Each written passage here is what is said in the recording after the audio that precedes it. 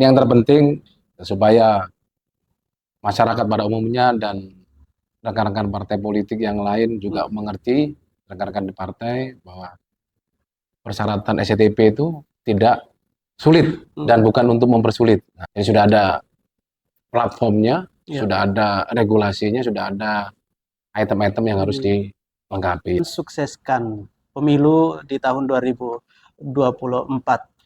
Sejauh ini seperti apa? Sampai nanti di hari pemilihan nanti. Ya, ini kebetulan hari pemilihannya juga hari Valentine ya. Iya, Ya, hari kasih sayang. Harapkan berjalan dengan aman, nyaman, tertib, ya, jadi lancar, sehingga kita dapat melaksanakan pesta demokrasi di negara kita ini dengan harapan masing-masing. Saya mengharapkan masyarakat Kota Kupang untuk selalu menjaga dan menciptakan situasi kondusif dalam perhelatan, dalam pemilihan umum 2024, untuk tetap berkomunikasi, berkoordinasi, berkolaborasi, dan berkomitmen dalam mensukseskan perhelatan ini dalam kegiatan pemilu 2024. Karena nasib negara kita ya tergantung dari kita masing-masing.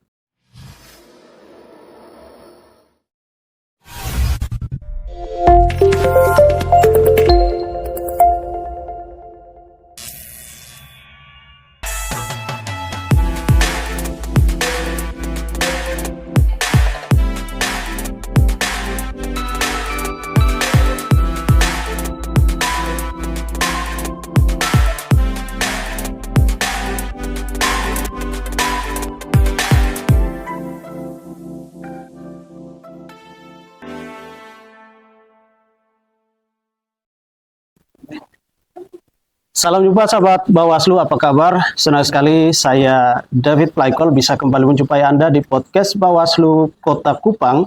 Untuk tema kita kali ini, sahabat Bawaslu, tentang mekanisme pembuatan STTP dan fungsinya bagi partai politik yang sekarang ini kita sementara laksanakan masa kampanye menjelang pemilu 2024. Dan di podcast kali ini, sahabat Bawaslu, saya sudah bersama dengan AKBP Aldinan JH Manurung, SH SIK MSI, Wakapolres Kupang Kota. Salam jumpa, Pak Aldin. Nah, salam jumpa, Kakak Daniel. Siap. Baik, sahabat Bawaslu, ini tentunya kita tahu bersama bahwa kampanye ini merupakan hak dari peserta pemilu. Tetapi juga ada ketentuan sehingga aktivitas kampanye ini dapat berjalan dengan lancar dan juga aman. Nah, seperti apa prosedurnya? Ini kita akan membahas bersama-sama bersama dengan Bapak Wakapolres Kupang Kota, Pak Aldinat. Ya. Ya, izin memanggil Pak Aldinat supaya lebih akrab lagi berkaitan dengan STTP. Nah, ini untuk kalangan ya dalam dunia politik pasti sudah tahu, tetapi masyarakat tentunya ini juga mereka juga harus tahu berkaitan dengan STTP itu. Seperti apa, Pak Aldinat? Terima kasih Kakak Daniel. Yang saya David, Pak, izin. Kakak David. Siap. Kakak David ya? Ya. Oh, sama-sama ding, apa-apa. Ya. Kakak David, terima kasih. Salam jumpa juga kepada kakak, adik, mama, bapak, bersaudara semua, khususnya warga Kota Kupang. Saya di sini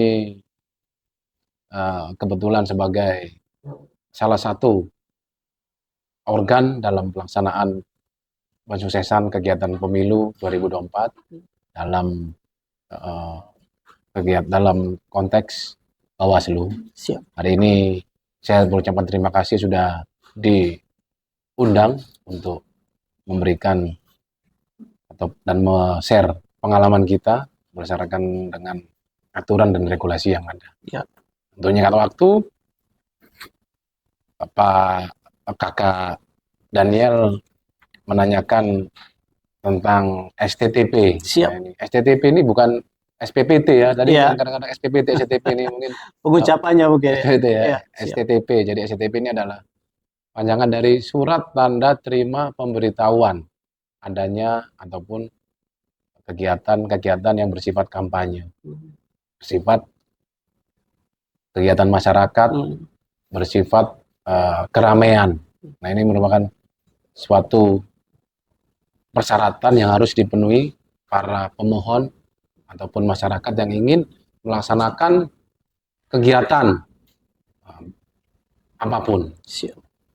Dimaksud kegiatan ini adalah penerbitan STTP ini untuk masyarakat juga. Iya. Ya, dalam hal ini untuk menjaga keamanan, ketertiban, kemudian untuk melindungi dan melayani masyarakat. Karena kita ketahui banyak kegiatan-kegiatan yang dilaksanakan karena dianggap hal yang biasa dan selama ini banyak yang bertentangan dengan aturan, ya, akhirnya berimplikasi buat kita semuanya. Dampaknya akhirnya banyak terjadi permasalahan, bahkan ada tindak pidana. Nah, ini hal-hal seperti inilah yang harus kita antisipasi sejak awal. Nah, dalam SCTP juga diatur di regulasi hukum di Indonesia juga. Ya. Sebelum adanya masa kampanye, ya memang setiap kegiatan masyarakat harus diatur, harus diteliti, harus dilakukan pengawasan yang dalam bentuk surat, dalam bentuk imbauan langsung. Baik. Nah, surat ini STTP. Menjadi satu landasan Ya. dari penyelenggaraan satu kegiatan Ya. seperti itu ya. Nah, ini tentu juga di dalamnya ada beberapa item-item yang harus terpenuhi juga dalam sistem pengontrolan Ya. dari pihak kepolisian. Seperti apa, Oke. Pak Aldina? Nah, terima kasih. Kembali lagi, landasan tadi sudah saya sampaikan mengenai landasan secara umum. Nah, secara khusus juga diatur dalam peraturan pemerintah nomor 60 tahun 2017 tentang perizinan pengawasan terhadap setiap keramaian umum, kegiatan masyarakat lainnya, dan kegiatan politik. Iya. Nah, ini sudah diatur juga oleh pemerintah, kemudian juga di breakdown, dijabarkan dalam peraturan pelaksana. Di peraturan pelaksana juga di tahun 2017 juga, dan di internal kita pun juga sudah ada perkapnya, itu peraturan Kapolri nomor 6 tahun 2012. Ya, peraturan Kapolri nomor 6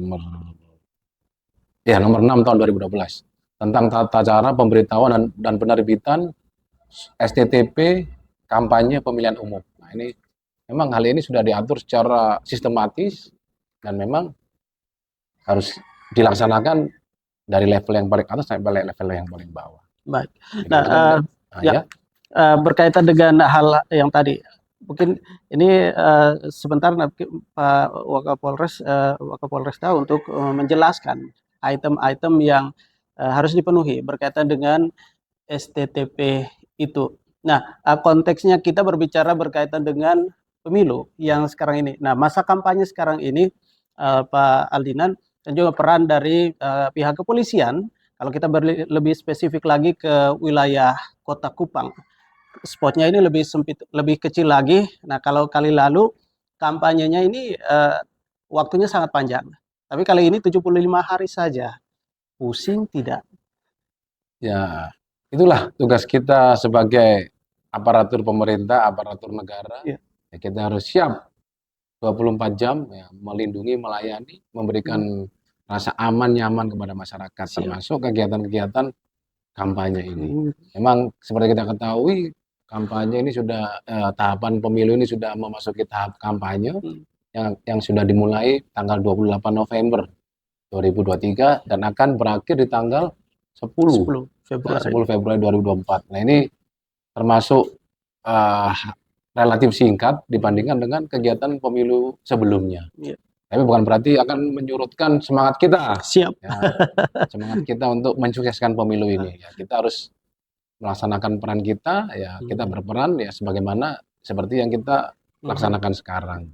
Baik, dan tentu juga kembali lagi bahwa harus mempersiapkan diri dari pihak penyelenggara, ya, dalam hal ini peserta ya, pemilu, lebih spesifik lagi ke partai politik dan juga calon legislatif, ya, untuk berkampanye. Nah, item-item itu harus dipenuhi. Ya. Seperti apa, Pak Aldina? Ya, nanti ini saya mau jelaskan juga ke Kakak Daniel ini. Nah, ini yang terpenting supaya masyarakat pada umumnya dan rekan-rekan partai politik yang lain juga mengerti, rekan-rekan di partai, bahwa persyaratan SCTP itu tidak sulit dan bukan untuk mempersulit. Nah, sekali lagi tidak sulit untuk mempersulit.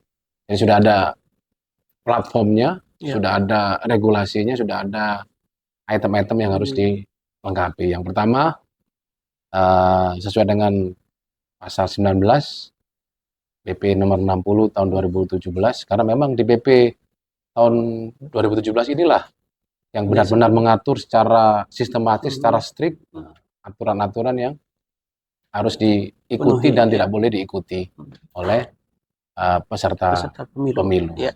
Baik. Yang pertama tadi bentuk kegiatannya harus jelas, itu bentuk kegiatannya apa. Jangan sampai nanti, mohon maaf, pada kegiatan yang kampanye ternyata ada kegiatan yang lain yang ditambahkan di sana. Nah, itu kan terus maksud dan tujuan kegiatan itu juga harus jelas. Maksudnya apa ini? Artinya supaya terarah. Iya, benar. Maksudnya maksud tujuan juga harus jelas nih. Maksudnya apa ini? Jangan hanya aja untuk hal-hal yang lain ya di luar konteks kampanye ini. Itu kan kita harus awasi. Kemudian kita harus berikan imbauan. Nah, tugas kita. Kemudian tempatnya juga, waktu dan kegiatan. Jangan sampai nanti tempatnya yang tempat-tempat fasilitas umum. Misalnya tempat-tempat keagamaan, tempat-tempat rekreasi. Nah, ini kadang-kadang kan kita harus juga kita juga harus antisipasi di sana. Kemudian waktunya tidak boleh juga. Waktu kan juga diatur. Waktu kegiatan itu jam 6 pagi sampai jam 10. Jam 6 pagi sampai jam 6 sore.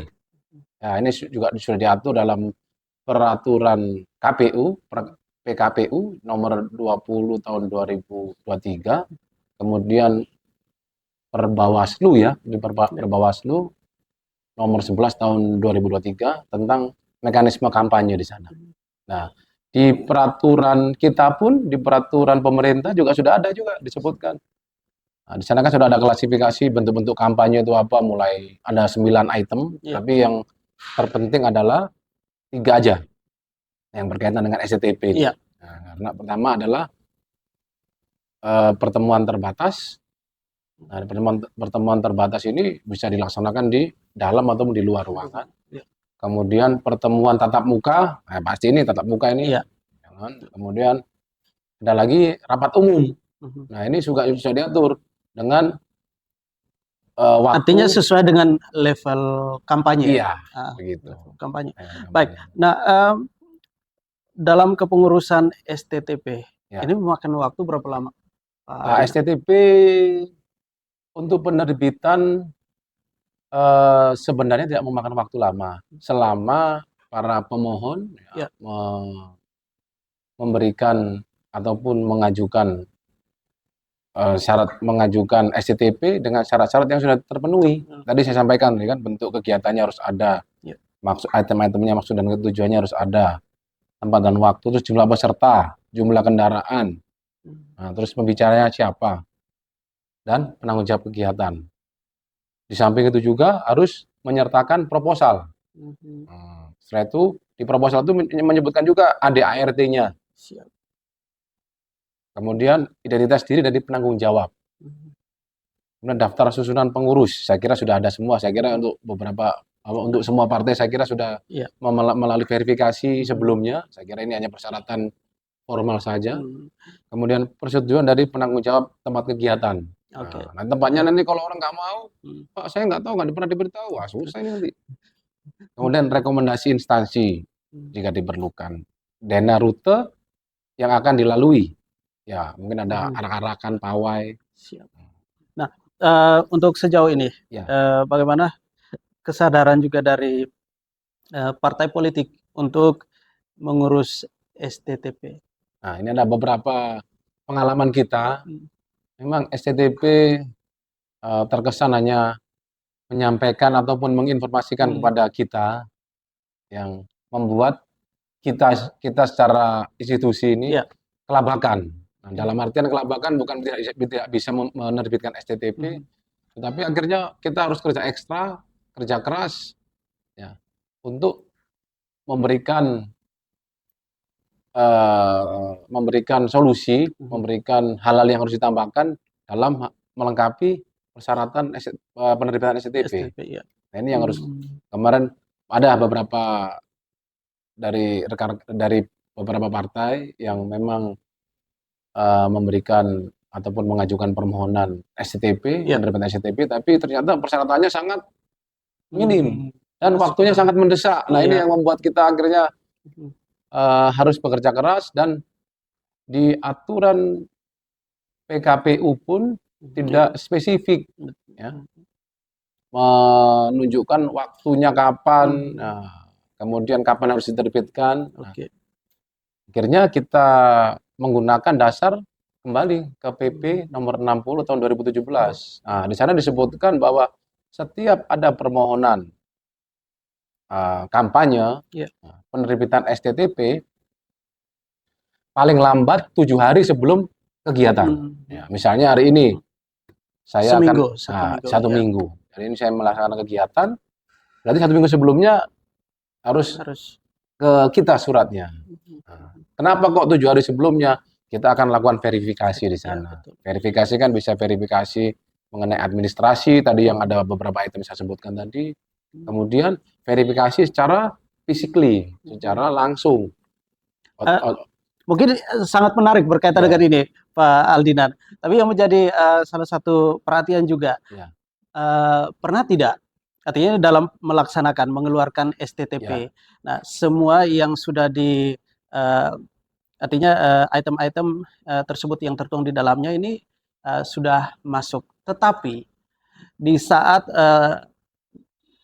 mendekati pelaksanaan, ternyata ada perubahan. Nah, ini kira-kira seperti apa solusinya? Nah, kemudian sewaktu kembali lagi mengenai waktu 7 hari, itu di 7 hari, kemudian pada saat surat sudah masuk ke tempat kita, kita lakukan verifikasi. Bisa juga pada hari yang sama kita temukan persyaratan belum lengkap, kita kembalikan, kita hubungi by phone, kemudian kita sampaikan langsung ke pemohon, sampaikan di sana. Kemudian setelah itu kita tidak mewajibkan lagi untuk berapa hari, kita tetap. Tapi setahu saya mereka pasti akan memberikan jawaban, akan melengkapi persyaratan yang belum dilengkapi. Dan kami diwajibkan untuk menerbitkan STTP paling lama 3 hari sebelum melaksanakan kegiatan. Baik, 3 hari sebelum melaksanakan kegiatan kampanye. Nah, untuk kita melihat secara umum di Kota Kupang, Pak Aldinan sebagai ini dari pihak keamanan yang mengamankan wilayah ibu kota Provinsi Nusa Tenggara Timur dalam masa kampanye sekarang ini, melihat situasi sekarang kampanye yang dilakukan oleh partai politik, para caleg, tim sukses di dalam mensukseskan pemilu nanti.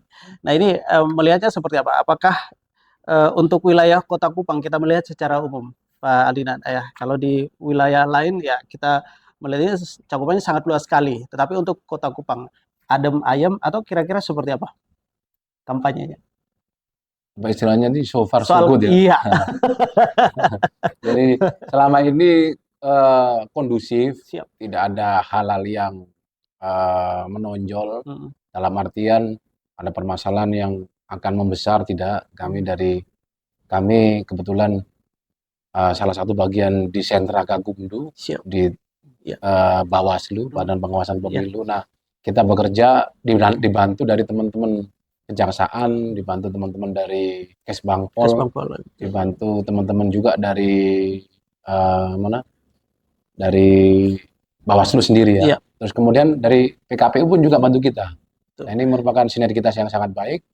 Kita awali dari kegiatan penertiban APK kemarin seperti contoh. Kita bersama-sama kita laksanakan penertiban APK dengan cara-cara persuasif. Nah, kemudian sebelumnya kita berikan himbauan kepada teman-teman dari partai sampaikan, dan mereka memahami. Memang ada beberapa sih yang agak-agak begitu, tapi kan akhirnya kita berikan peringatan, kita berikan himbauan, akhirnya kita turunkan juga.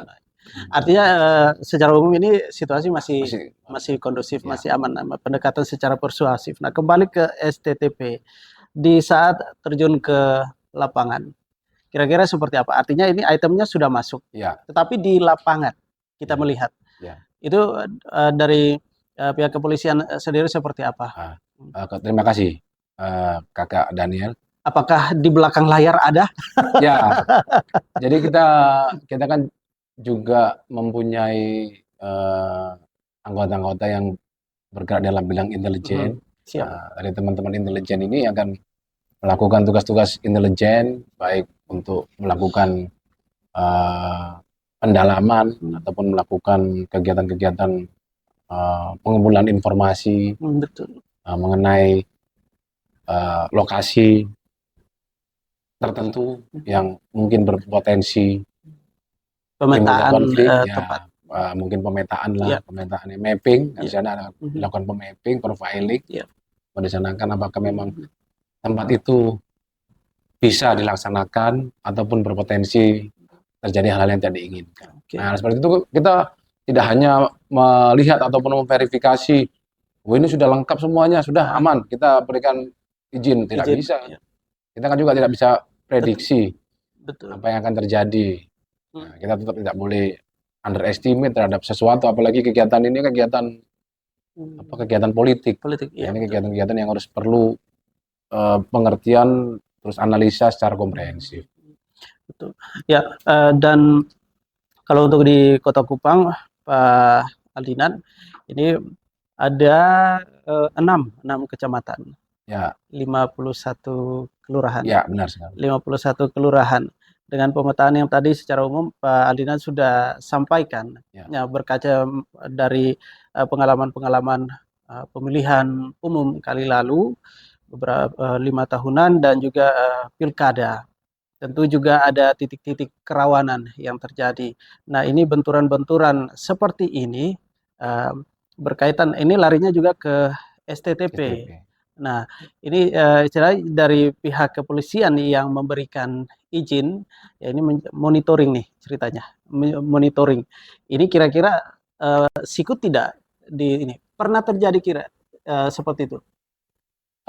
Sejauh ini belum pernah terjadi karena memang sejak awal, sejak dini kita sudah lakukan deteksi dari awal, kemudian kita lakukan beberapa pendekatan kepada beberapa orang yang dianggap berpotensi menimbulkan permasalahan, menimbulkan konflik.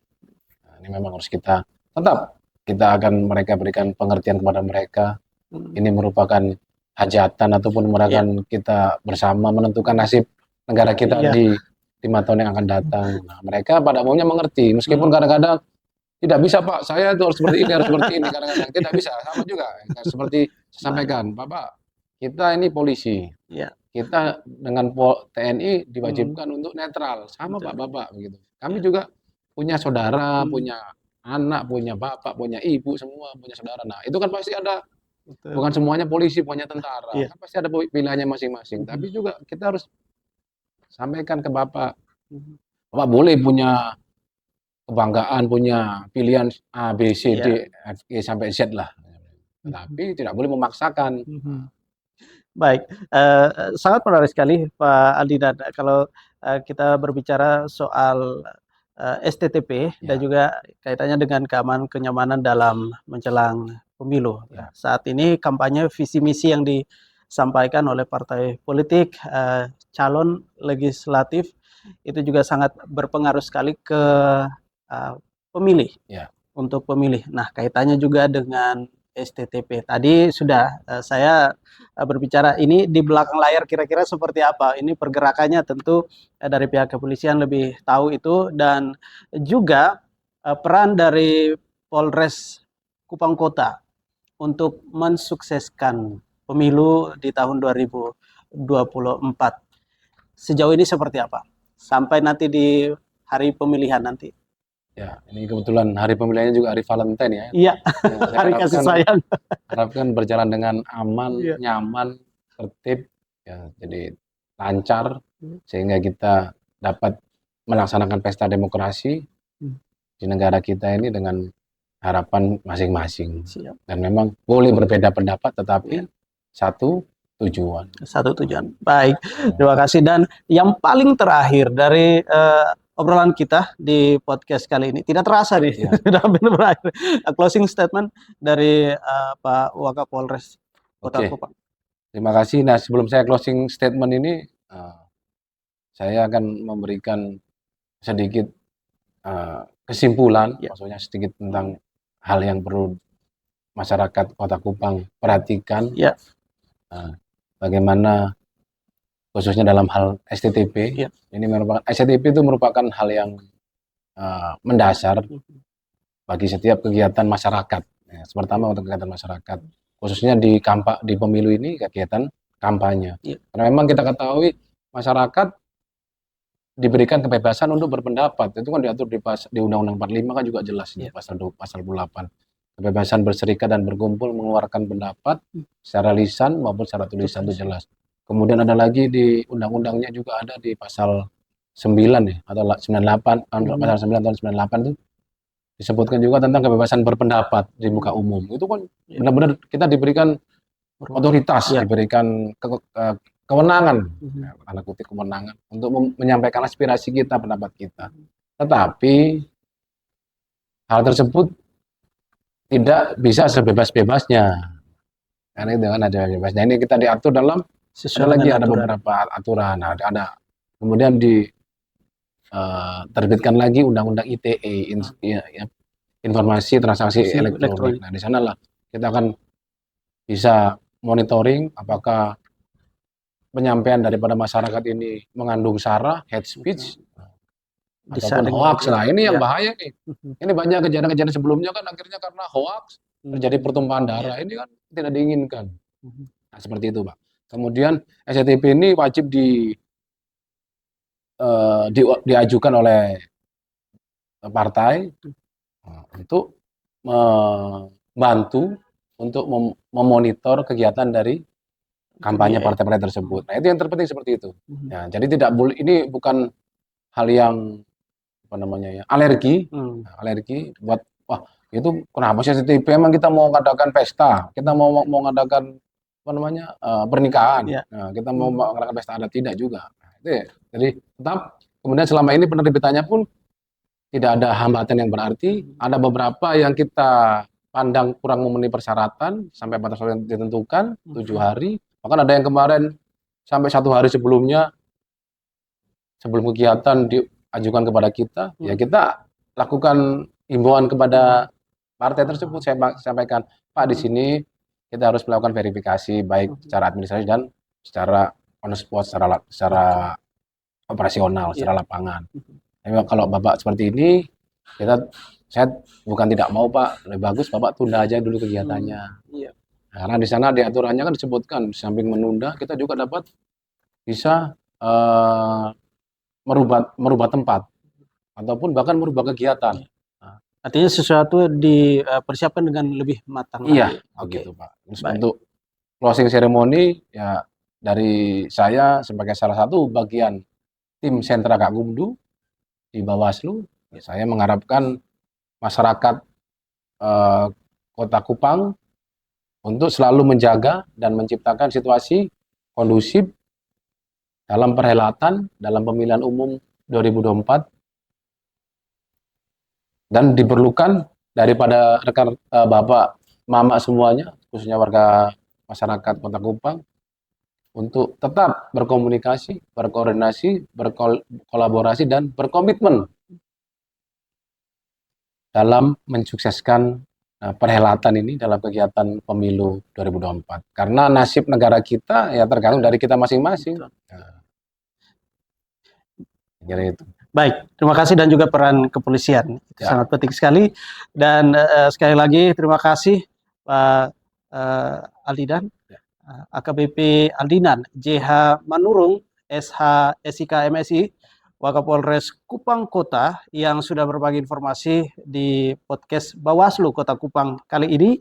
Dan yang pasti sahabat Bawaslu, menjaga dan menciptakan situasi kondusif dalam perhelatan pemilihan umum 2024 itu yang kita harapkan bersama.